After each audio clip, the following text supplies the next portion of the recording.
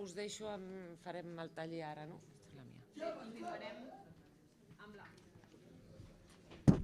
Continuarem amb la segona part del taller, que és el treball de les fonts que han anat sortint avui, que us heu donat compte, tant el Pau com la Júlia i també a l'hora de llegir el text de la Sole han anat fent referència a documents que teniu aquí en el dossier. El que fem ara, us proposem, és treballar aquests documents, seria un treball en petit grup i ara abans us explico què hem de fer i ara després ens repartirem en grups.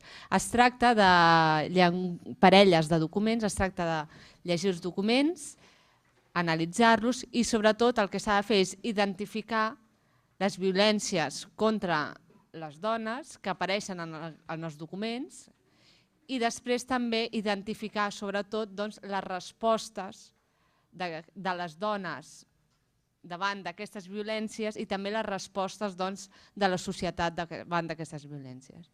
Si us sembla, doncs us poseu en petit grup, jo anirem passant i us direm quins grups us toquen, anirem a fer més o menys de 3-4 persones, tant és, així amb els que esteu a prop per no generar gaire moviment, i es tracta d'analitzar tal com us deia els documents i després faríem una posada en comú si us sembla bé. D'acord? Doncs el que farem, passaré jo, si us sembla, a dir vosaltres feu aquest, aquest i aquest i no sé, en un quart d'hora, 20 minuts, un quart d'hora més aviat, són documents curts, doncs es tractaria que féssiu això i després faríem la posada en comú.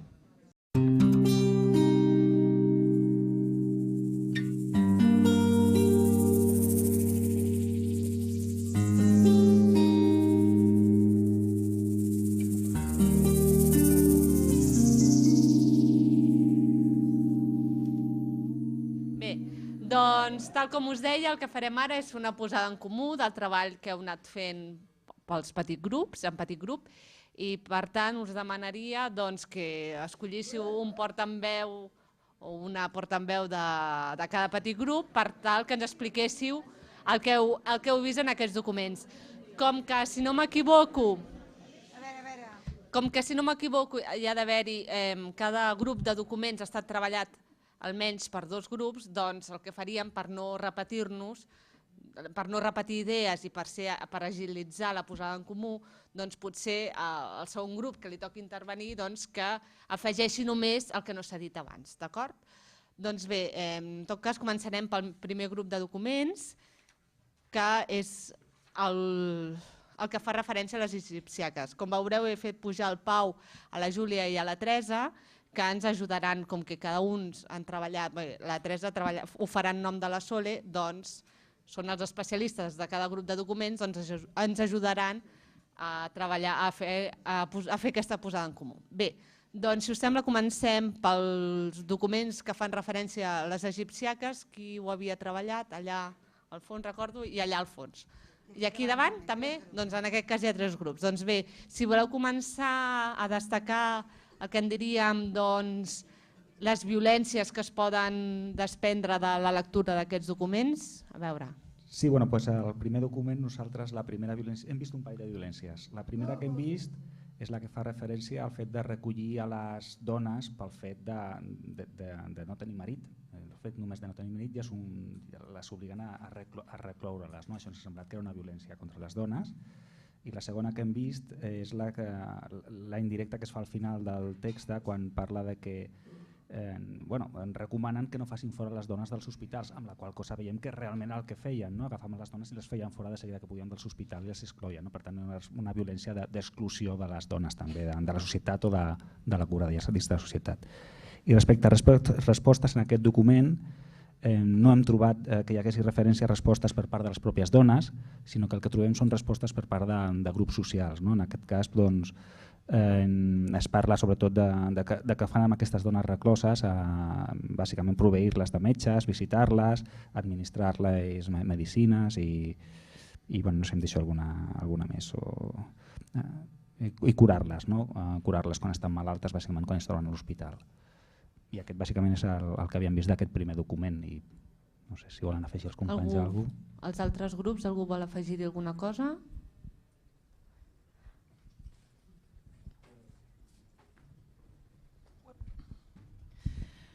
Nosaltres ho hem simplificat potser com a la violència és institucional, però la resposta també.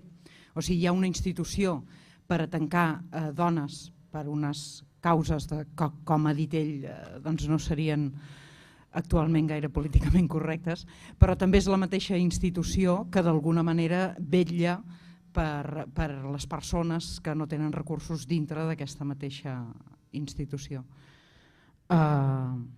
Això pel que fa al primer document.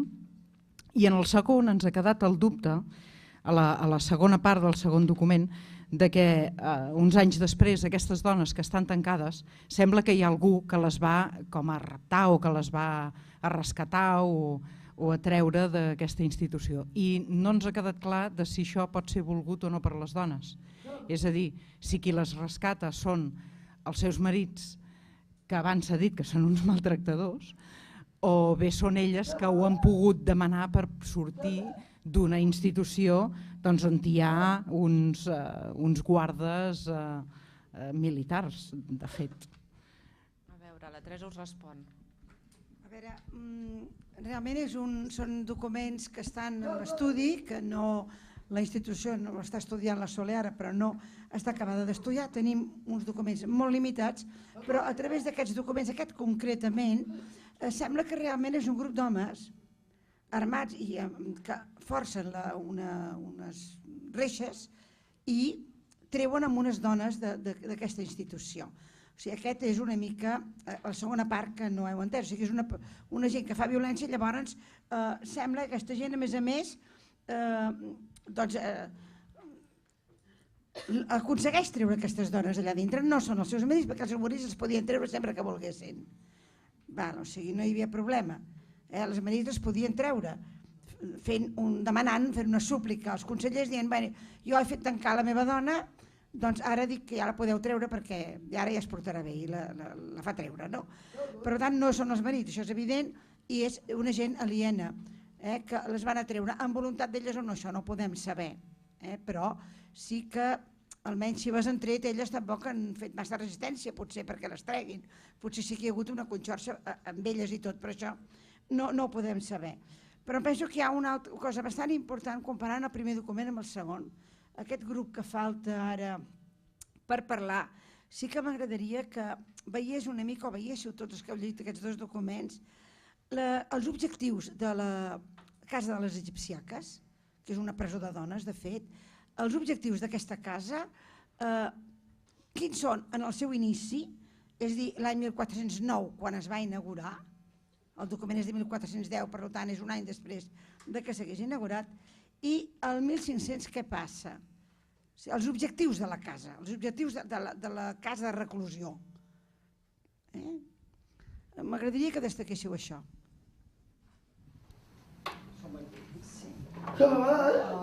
En el primer, en el primer text sembla que vol donar a entendre que la ciutat o el municipi té una certa... O sigui, que vol cuidar o tindre recloses, però tal com diu al final d'aquest primer text, diu portades a l'hospital, que no els atraurem fins que hagin estat proveïdes de tot. O sigui que les tanquen, però les curen, semblaria més hospitalari. A part de quan parla, clar, que són les públiques pecadores i fembres errades. Això, clar, aquest és el millor. I que no tinguin marit. Això seria potser el que semblaria del primer... Bé, es podria dir moltes més coses, però no cal... I del segon, en canvi, ja queda més com reforçat el de presó.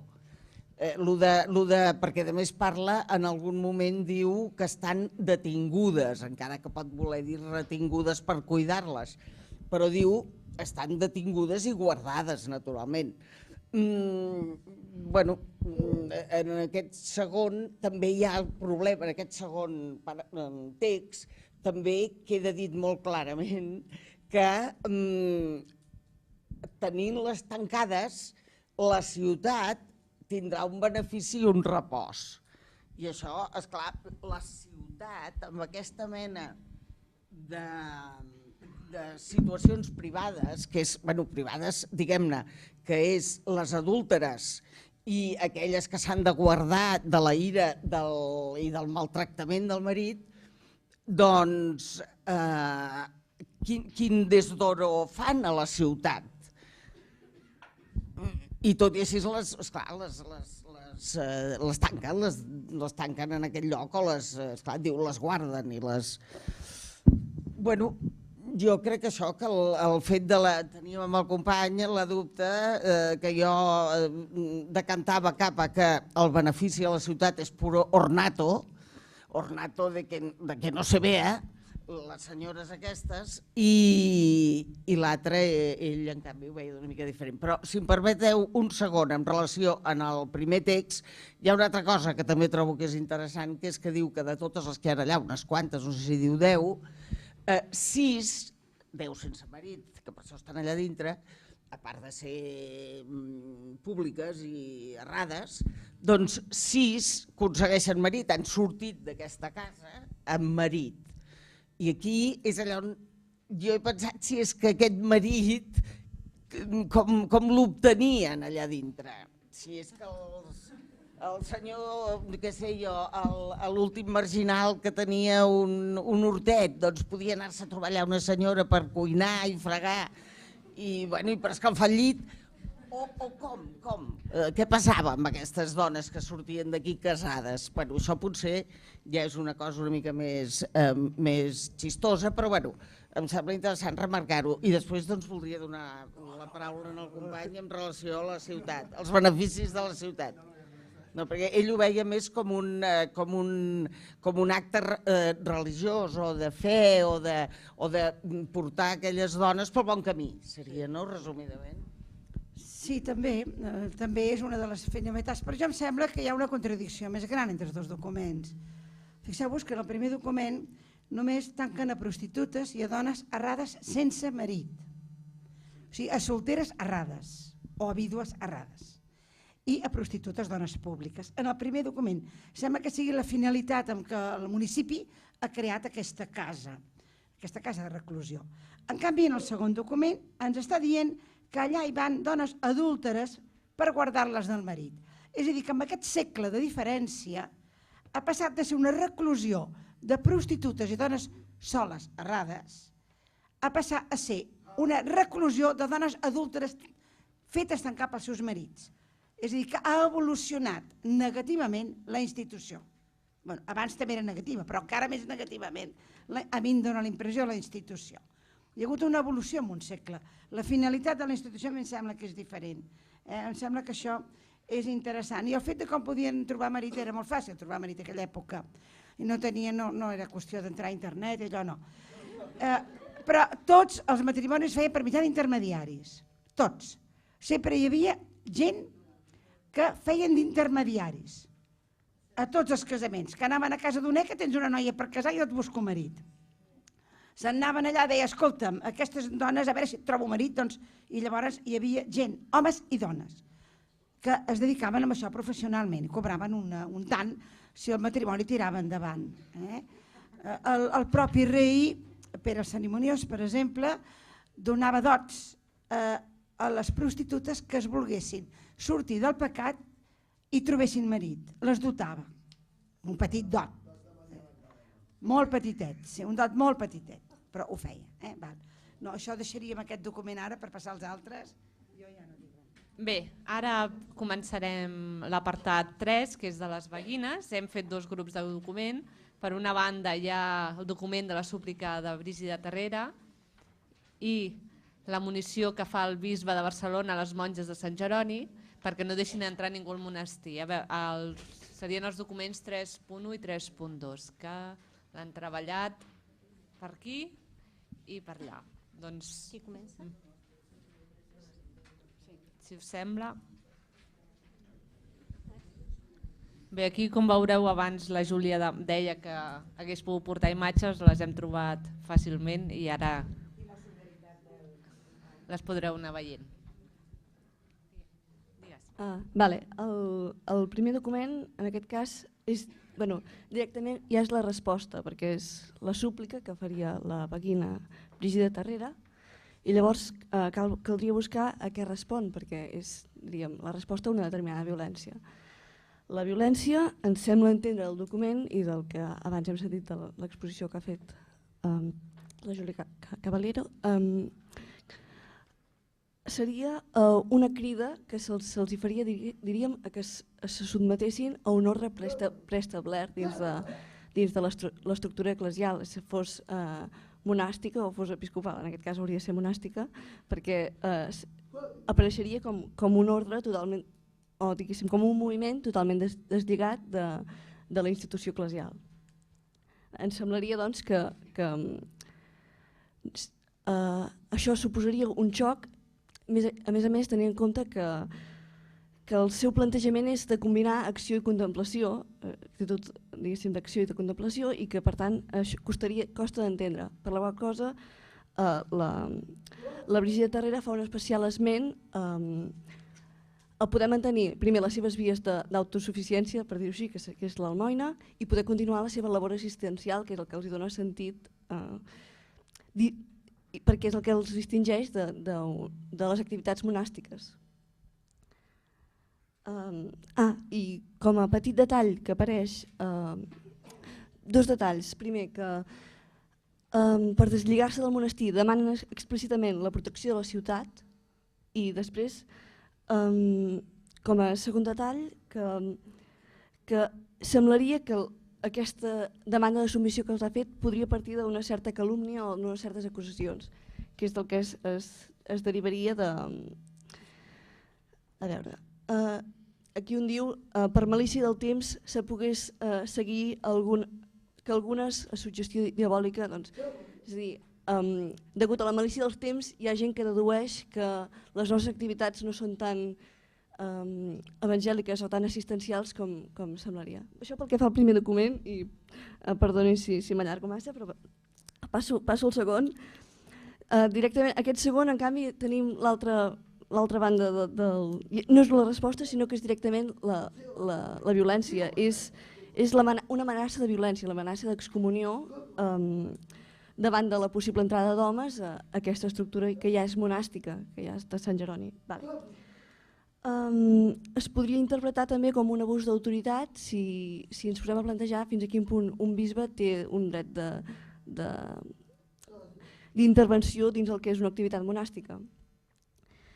I també hem reflexionat que el fet d'estar ja incloses dins del que seria un engranatge monàstic permet que es pugui fer més pressió institucional eclesiàstica perquè ja han estat incloses dins d'una fórmula que estava preestablerta i per tant s'haurien d'haver de sotmetre a aquelles normes bàsiques d'una institució monàstica, encara que elles prèviament no tenien aquesta voluntat. Si m'he deixat res...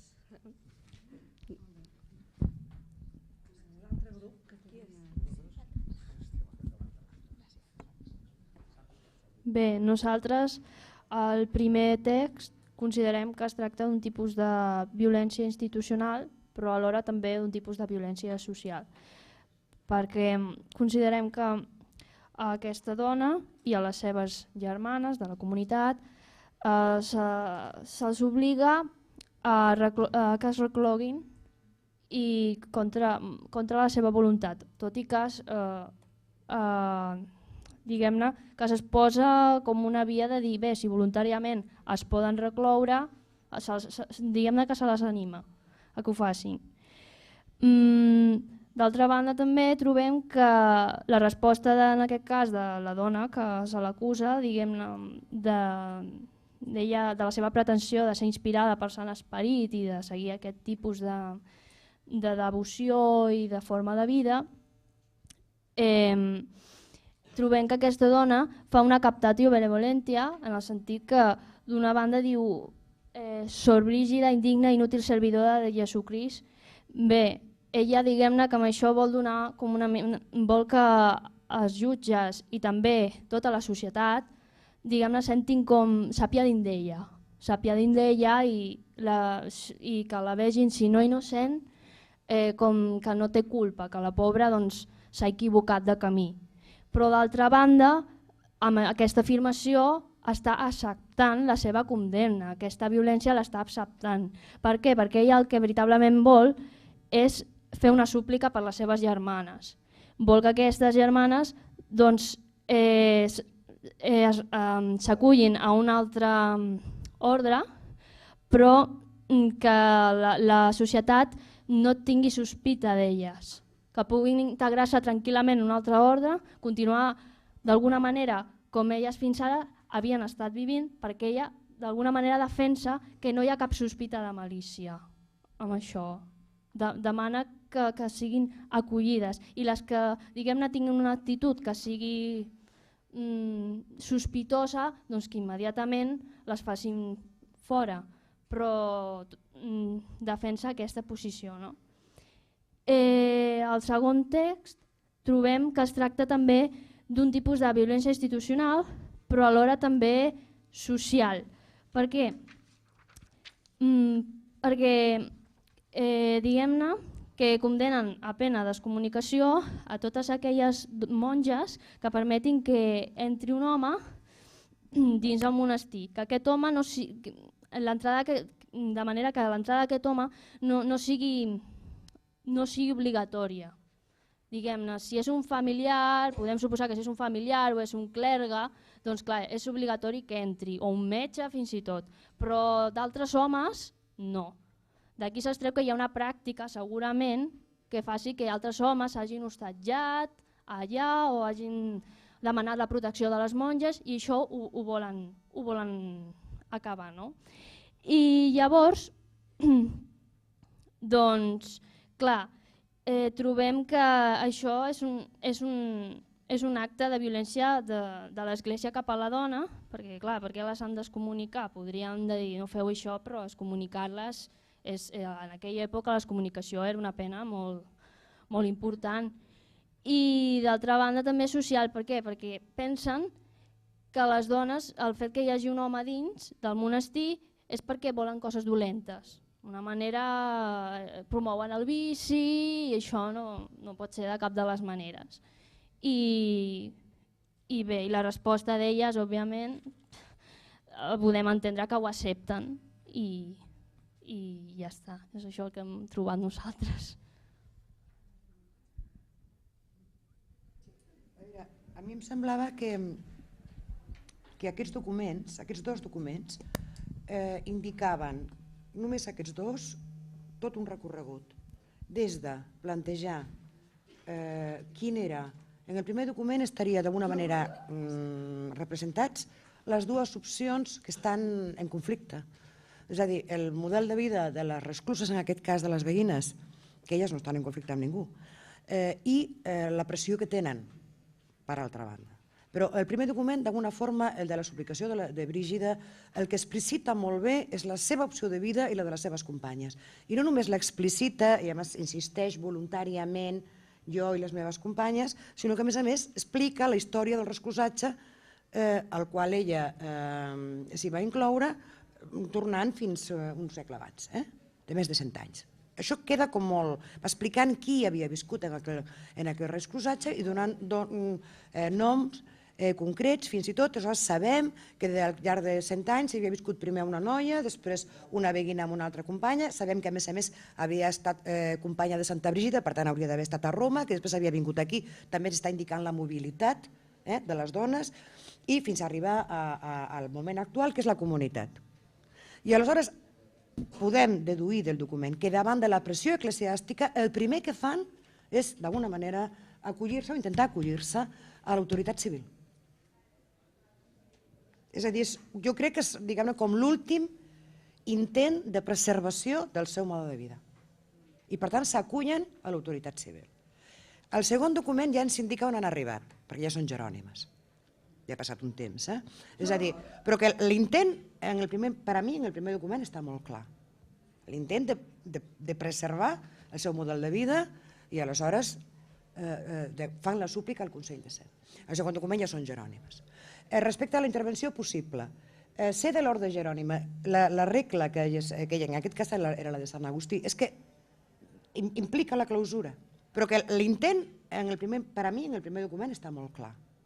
L'intent de preservar el seu model de vida i aleshores fan la súplica al Consell de Cent.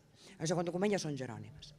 Respecte a la intervenció possible, ser de l'ordre jerònima, la regla que en aquest cas era la de Sant Agustí, és que implica la clausura. La implica, és a dir, va en la normativa. El que sembla clar que ni les jerònimes i sembla que moltes altres comunitats que venien o que eren originàries de comunitats de beguines, la clausura resistien, clarament. És a dir, hi ha més dades per altres documents de conflictes en aquest sentit. Estan acostumades i volen, a més, mantenir una obertura en relació al seu entorn social que la clausura, lògicament, els hi prohibeix absolutament. I elles no l'acaten. I aleshores el que s'estan fent és dir, ei, clausura total i absoluta i per tant aquí no pot entrar ningú. I això forma part de la... Està clar que en el segon document el que sí que hi ha és una altra resistència i és la clausura total, tal com jo l'entenc. Bé, aniríem avançant i comentarem ara els documents que fan referència a l'Anna Diumenge, que són els documents 3.3 i 3.4. Em sembla que era per aquí davant. Vosaltres, oi que el teniu vosaltres? I allà també, oi? Doncs, sisplau, hauríem... Sí, tal com us he dit abans, si ja s'ha apuntat alguna idea, doncs el següent grup que no la repetís. Qui comença, rapidet? Sí, nosaltres mateixa. Sí, funciona? Sí. Bé, nosaltres hem vist unes quantes coses. En principi, el que heu apuntat sobre els altres dos documents del canvi de vida, que és passar de ser una veïna a formar part d'un convent de monges, aquí també està claríssim. I també ens ha creat l'atenció a altres coses, com en el primer document, que està tret de l'autorepresentació. No sé fins quin punt un testimoni directe, perquè comença el text amb jo. És un tros de la biografia que ella dicta. No sé quin valor legal com a testimoni té això, però bé, s'extreu violència institucional, que ho ha apuntat aquí la companya, perquè clar, és la Inquisició, i a més violències com les condicions de la presó, ens han cridat molt l'atenció, i també aquesta falsa solidaritat, la gent que, aquests homes precisament, que la tanquen i diu sí, m'han consolat i tal, m'he portat una cadira, però al final de les paraules m'han deixat aquí dins i m'han tancat. O sigui, estem d'acord amb tu, però ens hem de protegir nosaltres mateixos i no t'obrim la porta per a que surtis. No sé, ens ha creat l'atenció això. I després amb el segon document, una pressió superforta, 16 testimonis, un munt de gent, i al final acaba fent el que els acusadors volen, que és formar part del convent de monges. Ens ha creat molt d'atenció la importància del confessor, que no es confessi amb el frai d'Arnils, com una mala influència, moltíssima influència del confessor, no lliure elecció. Se suposa que ella s'ha portat malament perquè el confessor li aconsellava... Aquesta referència no venia. El seu confessor, el d'Arnils, també estava inculpat a la Inquisició. Això no ho sabíem, gràcies. Bé, ens havia creat l'atenció i també el fet que quan li donen una llicència per sortir del convent és per fer una funció social molt femenina, que és cuidar al pare i cuidar a dues sobrines huérfanes i a casaderes, però no per que li donen llibertat pròpia. Això és el que no té. I no sé, jo soc de filologia també, no soc experta en història, tampoc sé quines altres conclusions podríem treure d'aquí. Ja estem. Gràcies. A veure si l'altre grup vol completar el que s'ha anat dient. Qui sou vosaltres?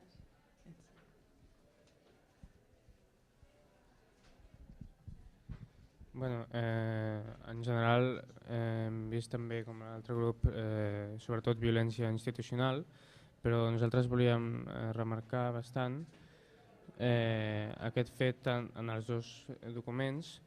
a la presó hi ha una espècie de solidaritat, encara que després no es faci efectiva amb la llibertat, doncs els seus contemporanis s'han donat compte de que la presó té unes condicions durantíssimes, no? O sigui que hem de pensar que realment doncs això és una violència, encara que no sigui tan física o tan directa, però hi ha una espècie de solidaritat aquí, i també en el segon document hi ha una solidaritat femenina de les companyes del convent, no? Que la deixen sortir, fan la petició perquè pugui sortir, per fer la tasca molt femenina, però hi ha una solidaritat en els dos documents. És a dir, que podem pensar que la funció social, no? Tenia o sigui, era ben vista, no? Sobretot entre el sector femení. I a més, remarcar també que pues, la voluntat, la condemna, diguem-ne, és no una condemna física o una condemna directa, sinó una condemna de que necessitat de que estigui lligada a una regla, no? Necessitat de que no... O sigui, una negació de la llibertat femenina, no? I la necessitat de que estigui subjecte a una regla que es considera ortodoxa. O sigui, remarcar una mica això. Vols afegir alguna cosa? No, em sembla que no cal. Doncs aniríem avançant i comentarem ara els dos processos que els havíem... Per una banda hi havia el procés contra l'aragonès en Assange, que és el document 4.2, que l'heu treballat per aquí davant, sí? I per allà darrere? Sí. Val, hola, sí. Bé, nosaltres la veritat és que ho havíem plantejat de forma molt diferent. És que això no li va. Està tan saber, sí. Val, ara. Doncs això ho havíem plantejat de forma molt diferent, però bueno, farem una mica d'improvisació. Estarà bé, estarà bé. Bé, ens ha cridat l'atenció potser que aquest text pot introduir la idea dels maltractaments, uns possibles maltractaments. Es tracta d'un procés judicial contra una bruixa, una suposada bruixa, suposadament per cometre un infanticidi. Es diu que el cos del nen s'havia trobat ple de blaus i amb cops, i clar, això ens porta a la idea de l'existència d'un possible maltractament al nen. Després, clar, ben bé no sabem quin tipus de violència es tracta, potser és una violència de tipus més social, que prové de tipus social, és una acusació d'una comunitat. També hi hauria l'element institucional, és una persecució des de la jurisdicció civil, en aquest cas. Res, ens crida també l'atenció que explicita acusadors, testimonis que acusen i testimonis que defensen aquesta dona. I ens crida l'atenció que els acusadors parlen de sí, hem sentit, es diu, no hi ha una acusació explícita. En canvi, els que defensen sí que corroboren la seva relació personal amb aquesta dona, explicant motius pels quals pot considerar bona persona. Bé, no sé, improvisació. L'altre grup? Allà baix. Allà baix.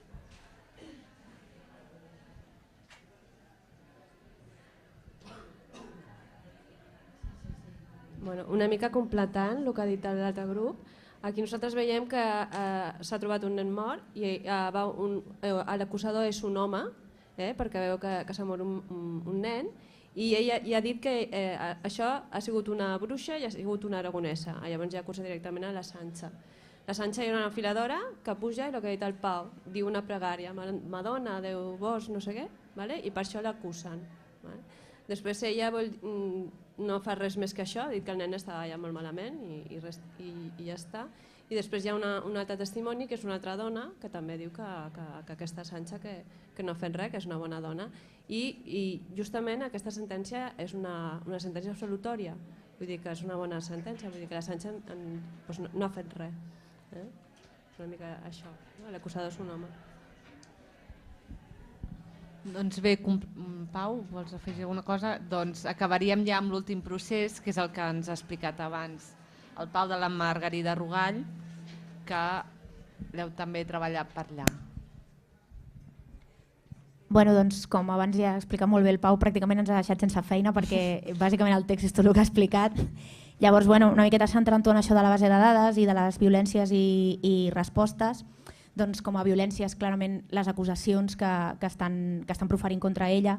Volíem destacar que hi ha un lloc aquí que esmenta que ella és fugida d'esta terra per bruixa perquè vingué nova per esta coma que volien prendre les bruixes. O sigui que d'alguna manera ella ja s'hi sent reconeguda amb aquest bruixes i quan ja hi ha notícia de que venen a fer la típica cacera de bruixes, doncs ella marxa ja. Llavors, bé, també les respostes òbviament serien la fugida, després la clandestinitat, que com tampoc sabíem les paraules exactament que teníeu al Tesaurus, doncs clandestinitat seria una miqueta el que fa, perquè recorre això, continua fent les seves pràctiques però d'amagat. I després, en cert sentit, tot i que una mica inútil, però una de les respostes és la negació, perquè de fet quan l'estan acusant el que ella diu és que ella no coneix més conjurs ni coses estranyes, sinó que hi explica una miqueta l'única cosa que sap fer. No? I després no sabíem exactament on enquadrar-ho, però segurament d'estar fent la base de dades seria en el tema de paraules clau, el tema de la medicina, una miqueta pel que tu deies abans, perquè m'imagino que en altres documents deuen sortir referències a les que fan, a les metgesses i a les que fan servir pràctiques mèdiques i llavors això en qualsevol cas s'hauria de fer constar a la base de dades independentment d'on.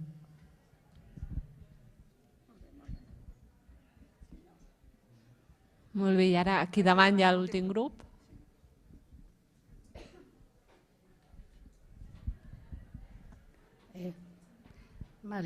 Primer de tot jo volia dir una cosa, és que en els parts, que és la primera part que d'això, en els parts, els homes, perquè atentava contra la integritat d'ells, doncs no anaven en els parts, era una cosa baixa. Aleshores ella anava en els parts, perquè les dones eren les parteres. Quan es fa que entren a la universitat, doncs els homes no volen que les dones vagin a la universitat i els seus coneixements no són oficials, per tant se'ls ha de perseguir, no poden exercir. Però aquestes dones són estimades per la gent del poble, són les que hi van i hi ha aquesta lluita. O sigui, seria una violència contra la institució. Després, el que elles fan, que això s'ha fet tota la vida, és que el que diu de la cinta és que això és els enfitats, els empatxats. Doncs s'aplica la cinta. Això és un coneixement natural, que els metges se n'enriuen, però això existeix. Es curen. A qui van els que estan empatxats? A la gent que té aquests coneixements. Això no és oficial, se'ls ha d'apartar, però això no es pot apartar. És una lluita contra la cultura popular. Aquesta dona no és que ella diu que és bruixa, sinó que ella fuig perquè no vol que la condenin com a bruixa. Ella no és bruixa, ella té uns coneixements i en cap moment diu que ella faci medicina. Ella aplica els coneixements. Ella té uns coneixements per, com es diu, per tradició, de tradició en tradició, i doncs, clar, això és la medicina natural que s'havia aplicat sempre. I després, aquí hi ha un capellà, que és el que representa la institució forta, en el sentit que ells són els que maneguen. Clar, ella els diu a les dones què poden fer. O sigui, ella aplica els coneixements. Els ensenya a les dones, és el que diu ell, que fent aquesta barreja, això és un verí. Però què passa si prenen aquest verí? Elles han de saber. Doncs si hi poseu mel, doncs això és un contraverí. Doncs elles tenen el coneixement. Clar, si això s'aplica a les dones, els homes això no ho tenen. Aleshores són coneixements que estan exclosos dels coneixements masculins perquè això no és bo. És una violència psicològica, que es diria ara, institucional i femenina, sobretot. Bé, si algú vol afegir alguna cosa encara del que s'ha anat dient o el que s'ha dit tota la sessió d'avui, si no ja ho deixaríem pel proper dimecres.